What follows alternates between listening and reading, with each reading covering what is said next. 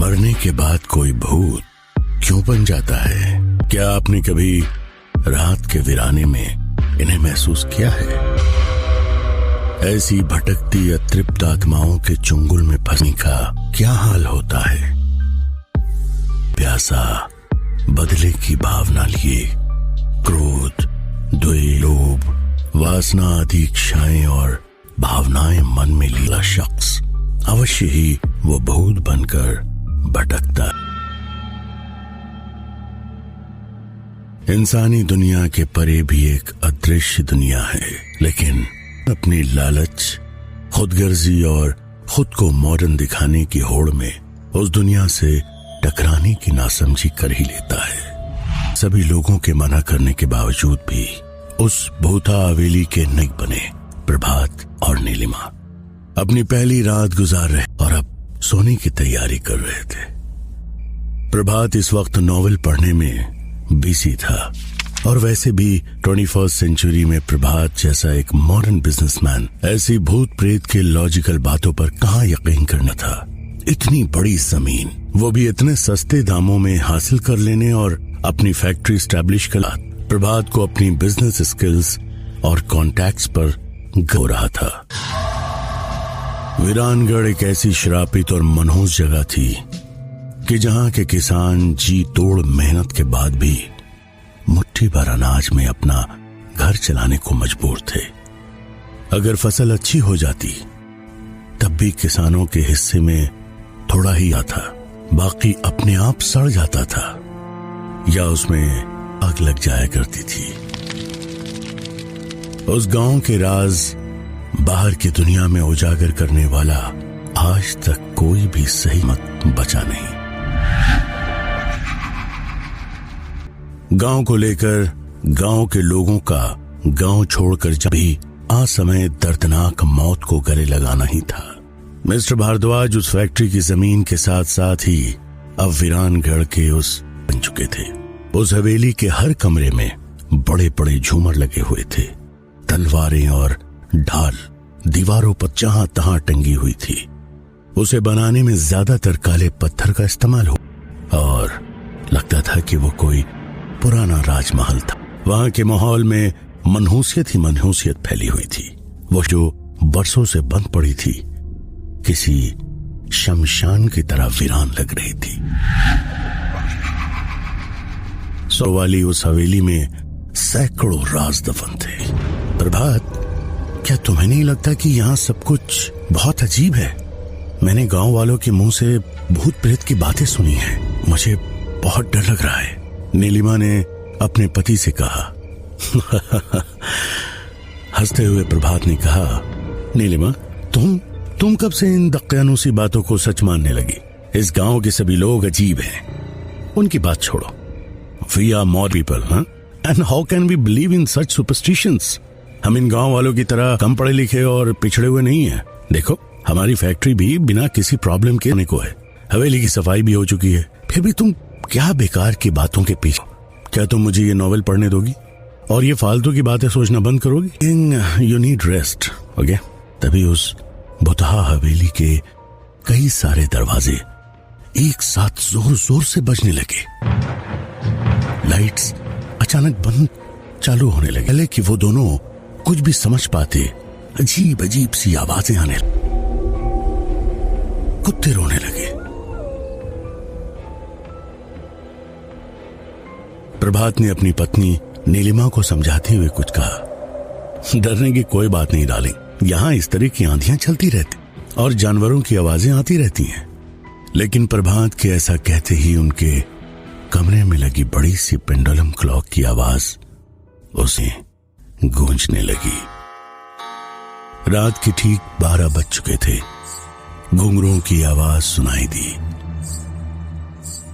और कुछ ही देर बाद नीलिमा ने देखा कि लाल जोड़ा पहने हुए एक औरत उसके सामने से बहुत तेजी से गुजरी।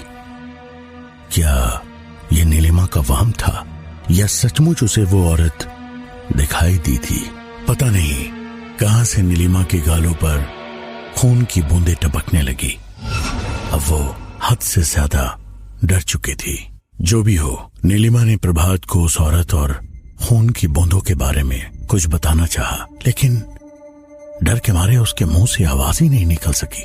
कमरे में अचानक लाल रंग का धुआं फैलने लगा और अजीब सी चंपा के इत्र की महक आने लगी।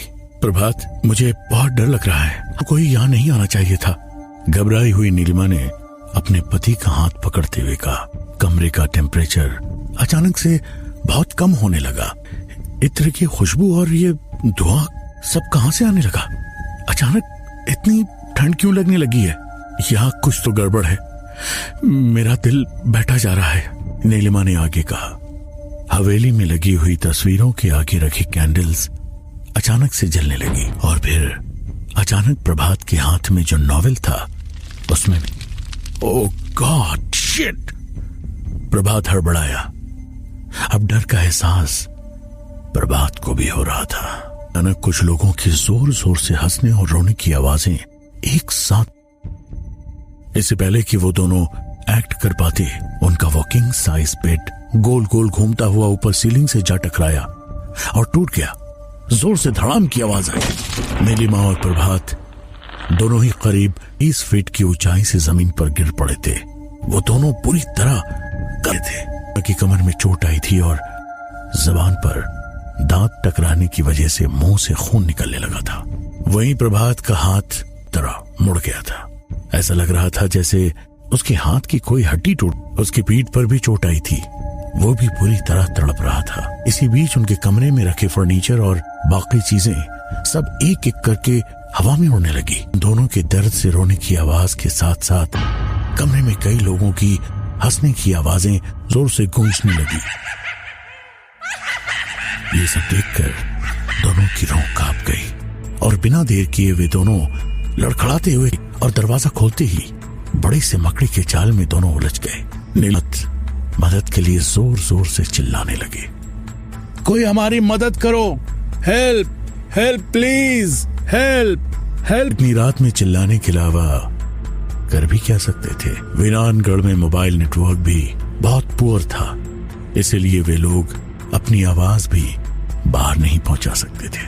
प्रभात, अगर हमें कुछ हो गया तो हमारे बच्चे सिद्धार्थ का क्या होगा? और हमने तो उसे कुछ बताया भी नहीं है। डर से कपकपाती रोती हुई नीलिमा ने कहा, ये सारी बातें बाद में करते हैं नीलिमा, पहले अपनी जान बचाओ और यहां से भागो, प्रभात ने कहा। वे लोग जैसे हवेली के बाहर निकले, वहां पर उन्होंने देखा कि सामने गार्डन में सफेद और उजले कपड़े पहने हुए एक छोटे से बच्चे को गोद में लिए घूम रही थी।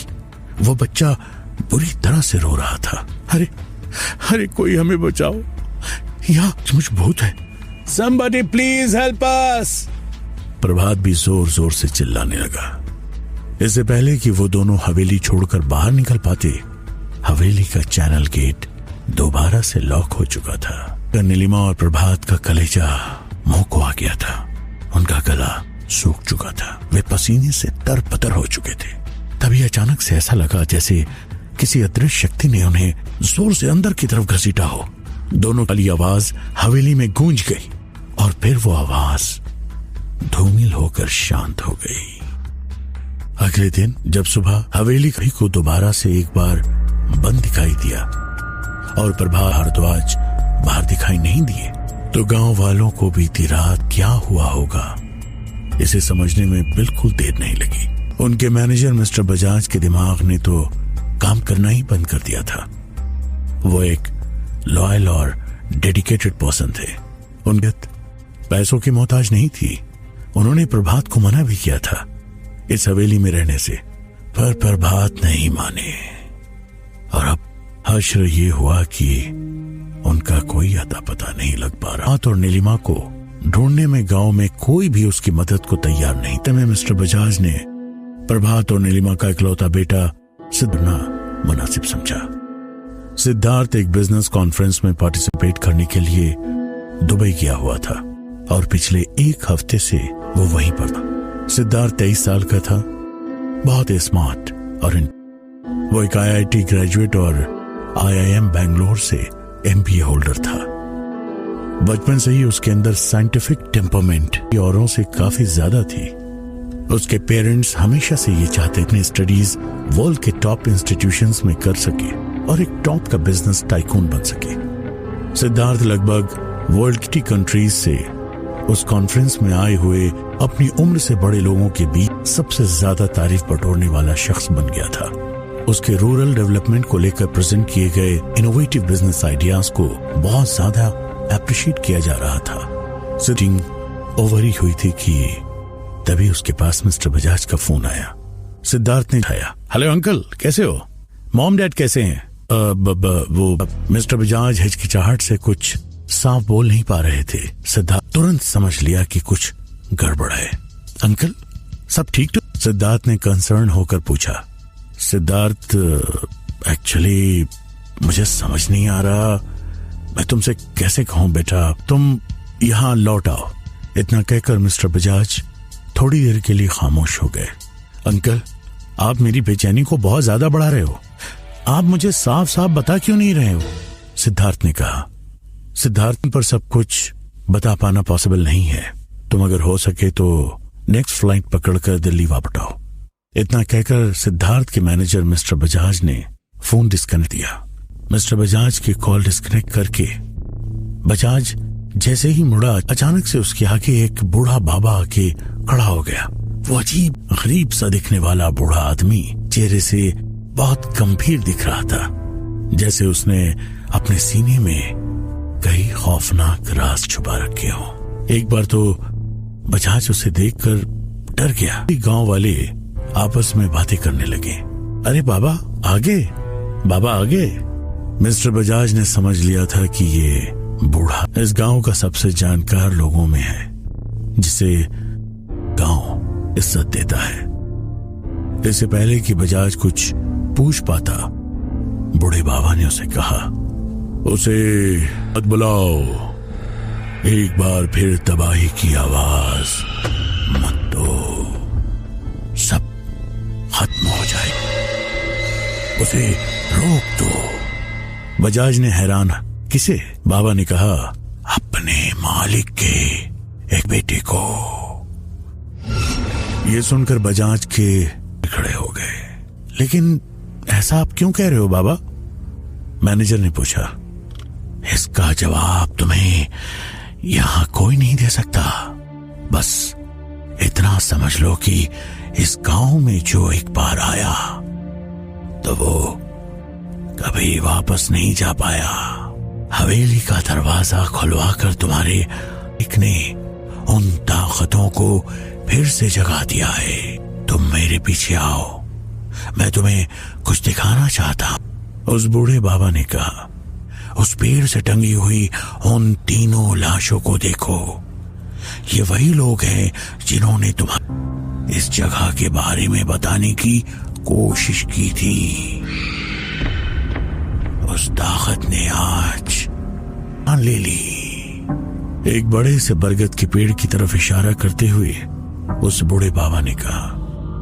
उन गार्डन से लटकती लाशों को बजाज की रूह कांप गई, मानो उसे यकीन हो गया था कि प्रभात और नीलिमा का भी यही हाल हुआ होगा। उसी भी आकर कहा कि फैक्ट्री में आग लग गई है। सभी गांव वाले हैरान रह गए, सभी के चेहरे पर मातम छा गया। इतने दिनों बाद तो उसकार मिला था, 2 वक्त की रोटी का इंतजाम हुआ था, खत्म हो गया। इस खबर ने गांव वालों को अंदर तक तोड़कर रख दिया।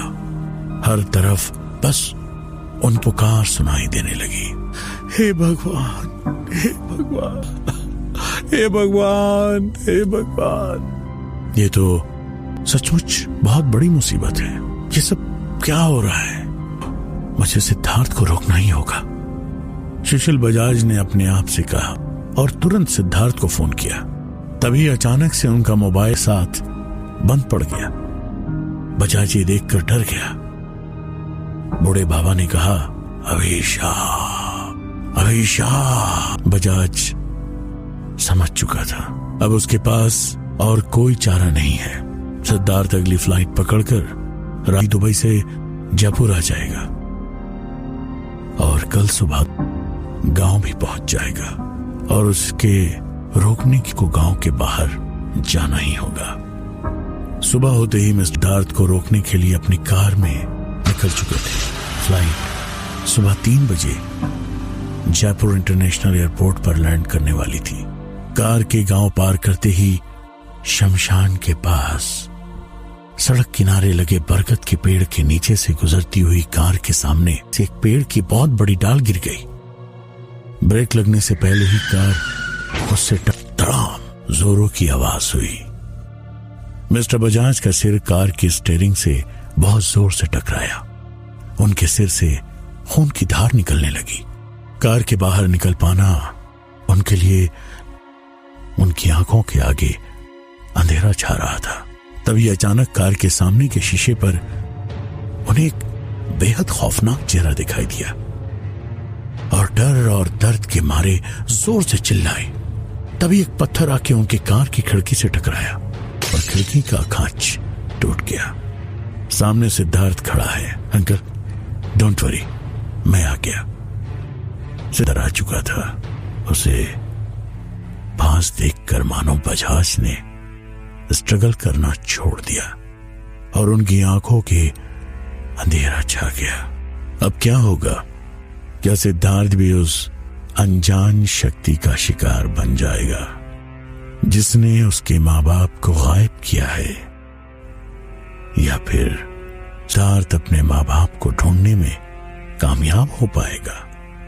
आखिर कौन है ये शक्ति जिसने इतने सालों से गांव वालों का जीना हराम कर दिया है? उसके बारे में बातें करने पर लोग मारे क्यों जाते हैं? ऐसे अनगिनत सवालों का जवाब जानने के लिए सुनते रहिए।